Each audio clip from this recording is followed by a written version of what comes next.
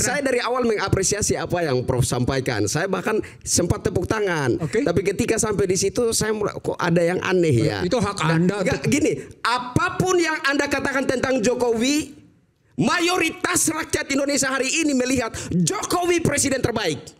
Itu fakta. Itu fakta.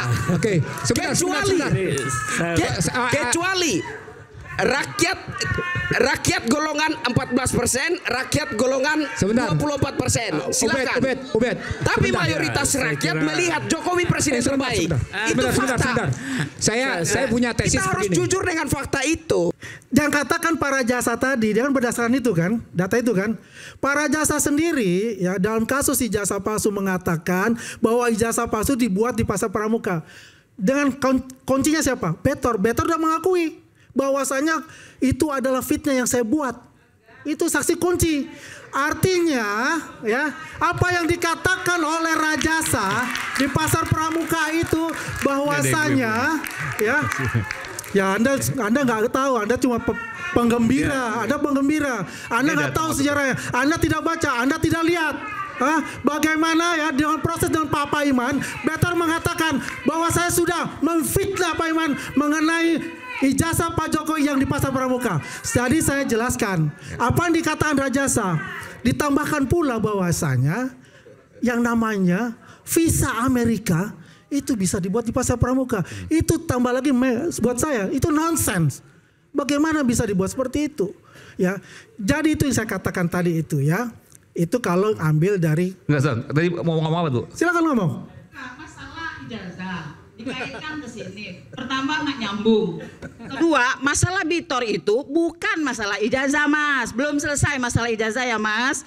Dan untuk Anda ketahui, Senin kemarin kami juga mengikuti sidang ijazah SMA Gibran. Jadi ini ada sesi kedua, Mas. Belum selesai. Ini nggak nyambung. Jadi dia tidak mengikuti apa mediasi yang dilakukan oleh Pak Paiman dan Betor. Betor mengatakan, Anda ada nggak di sidang hari itu? Ini bukan sidang, Dek. Ya, sorry ya, ini bukan sidang ya. Saya Kita paham, menjelaskan ini mediasi. Mediasi, Anda tidak ada di sana untuk mediasi. Apa isi mediasinya? Mediasi isinya, Betor mengakui saya memfitnah. Memfitnah kalau Paiman. Masalahnya Paiman membuat ijazah Pak Jokowi di pasar pramuka. Itu adalah saksi kuncinya.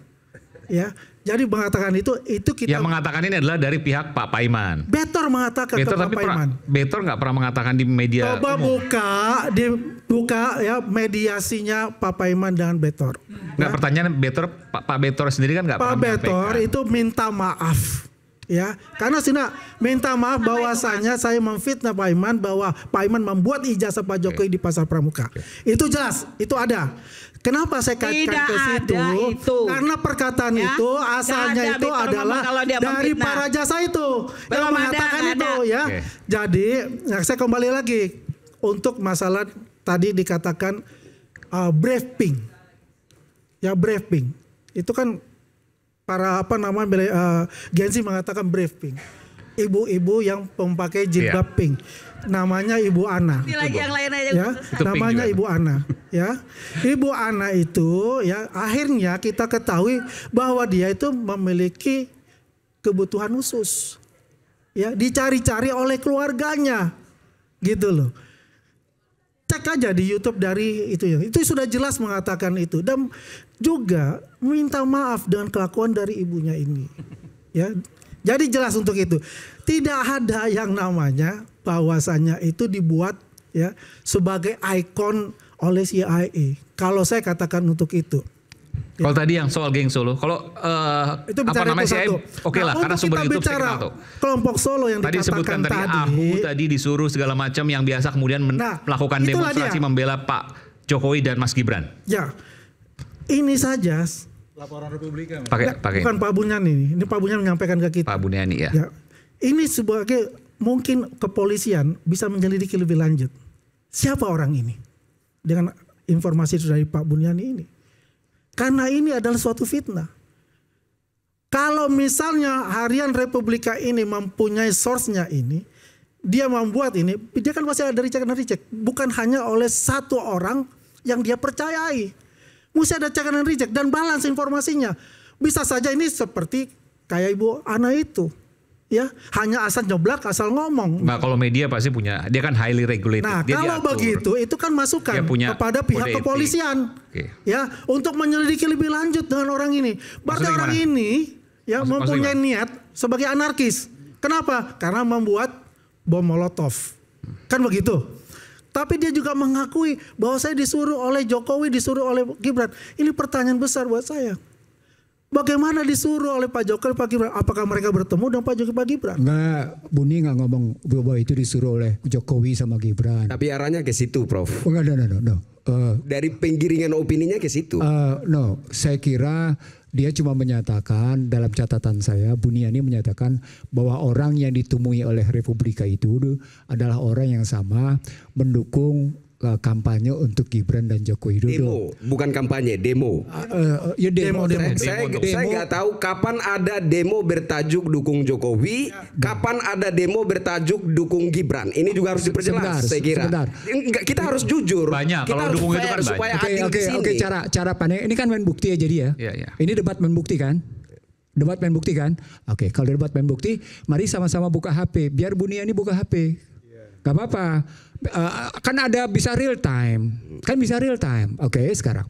Nah, yang mestinya kita cari sekarang, ini kita berpikir untuk kebaikan semua pihak. Karena kita tidak ingin, saya ingin mengatakan sama begini sama Anda dan semua penonton iNews malam ini. Yuk kita berhenti yuk untuk terpecah belah. Yuk kita masuk yuk dalam persatuan Indonesia. Karena kalau kemudian kita dipecah belah, ini memang target orang asing. Ini target serius ini Aiman. Ini kan tapi narasi Prof tadi juga termasuk pemecah belah. Prof menjelaskan tentang ekonomi, tapi meluputkan faktor COVID. Itu juga pemecah belah. Itu juga bisa. Anda kan tidak seperti saya. Saya kan ngebuktikan dalam buku saya. Oh yang namanya COVID itu datangnya dari Amerika. Loh gimana? Buktikan. Anda punya riset nggak? Ada faktor penyebab kenapa pertumbuhan ekonomi menjadi mandek. Itu juga harus dikemukakan, Prof. Kan iya. Supaya itu tidak menjadi hasutan bagi masyarakat itu. Maksud saya. Itu kan karena saya dari awal mengapresiasi apa yang Prof sampaikan. Saya bahkan sempat tepuk tangan. Tapi ketika sampai di situ saya mulai kok ada yang aneh ya. Itu hak Anda. Gini, apapun yang Anda katakan tentang Jokowi, mayoritas rakyat Indonesia hari ini melihat Jokowi presiden terbaik. Itu fakta. Itu fakta. Kecuali rakyat golongan 14%, rakyat golongan 24%. Silakan. Tapi mayoritas rakyat melihat Jokowi presiden terbaik. Itu fakta. Saya punya tesis kita harus begini. jujur dengan fakta itu. Itu kan fakta rumusan pikiran Anda. Ya. Rumus fakta pikiran orang-orang di sini aja nggak seperti itu. Fakta yang mana? Saya pikir ini harus adil. Jadi apa yang menjadi tolok ukur kita?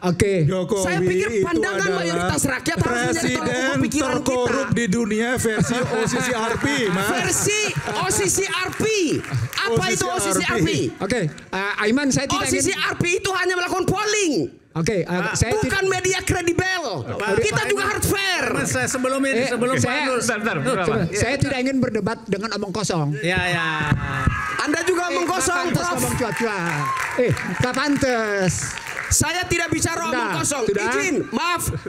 Saya terluka Anda bilang saya omong kosong. Saya rakyat jelata merasakan. Baru di era Presiden Jokowi, rakyat jelata merasakan kehadiran negara. Baru di era Presiden Jokowi. Betul. Baru di era Presiden Jokowi rakyat jelata di pelosok-pelosok negeri ini merasakan sentuhan negara. Baru di era Presiden, kecuali di golongan rakyat 16% dan 24%. Saya fair. Saya tidak. Tapi di kalangan mayoritas rakyat, Jokowi presiden terbaik. Cukup sekarang. Kita merasakan. Kita merasakan. Izin Prof. Tadi Anda katakan bagaimana hal jangka pendek kita tidak rasakan, kita mau rasakan jangka panjang. Prof, kita bikin bendungan tidak mungkin langsung panen padi. Izin Prof. Kita bikin bendungan harus ada sawah yang kita airi, harus ada padi yang kita tanam, baru kita tuai. Itu yang dimaksud jangka panjang. Tidak bisa. Tadi Anda katakan, Anda katakan katakan, Prof, tadi Anda katakan jangka pendek saja kita tidak rasakan, apalagi jangka panjang. Saya kira logikanya keliru. Oh iya, keliru ya. Saya kira nggak apa-apa, logika keliru. Mudah-mudahan logika Anda yang benar. Nggak apa-apa. Yang saya bicara tadi, yang saya bicara tadi bukan ilustrasi, itu real. Kasihan deh, logika gue keliru. Sorry ya kalau logika gue keliru, sorry. Mas. Woi, Siapa namanya? Mas Oni.